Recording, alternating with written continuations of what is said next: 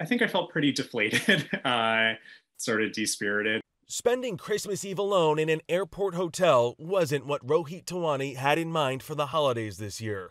Midway through my first flight, got a notification that my connecting flight was canceled and that there were no other flights for the day. And the next earliest flight was going to be the following afternoon, which would mean that I was going to miss being at home for Christmas and miss Christmas Eve with my family. Tawani was told his flight was canceled because of COVID-related airline crew shortages. It's frustrating that the pandemic still keeps affecting our lives in so many different ways, even 2 years out. Tawani wasn't alone. More than 2,000 flights were canceled on Saturday and Sunday, in part due to COVID.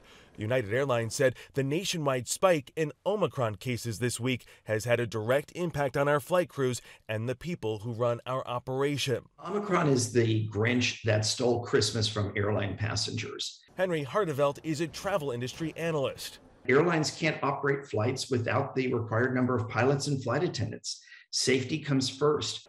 And now, several airlines are calling on the CDC to update its COVID guidance for the fully vaccinated and reduce the quarantine isolation period from 10 days to 5 for those who have breakthrough cases. The government approved this request for the healthcare industry. And honestly, if it's good enough for hospital workers, for nurses and doctors, I think it should be good enough for the airline industry as well. It wasn't just trouble in the skies. The cruise ship industry is also facing COVID disruptions. 3 cruise lines had outbreaks on board in the last week, with dozens of passengers testing positive and forced to quarantine. You had to be fully vaccinated and you had to have a negative test 2 days before. I mean, what more could they do before you boarded the ship? A lot of frustration. Hardevelt says some of the best advice for travelers, especially if you're flying, is to sign up for text alerts. That way you'll be notified immediately if there are any disruptions to your plans.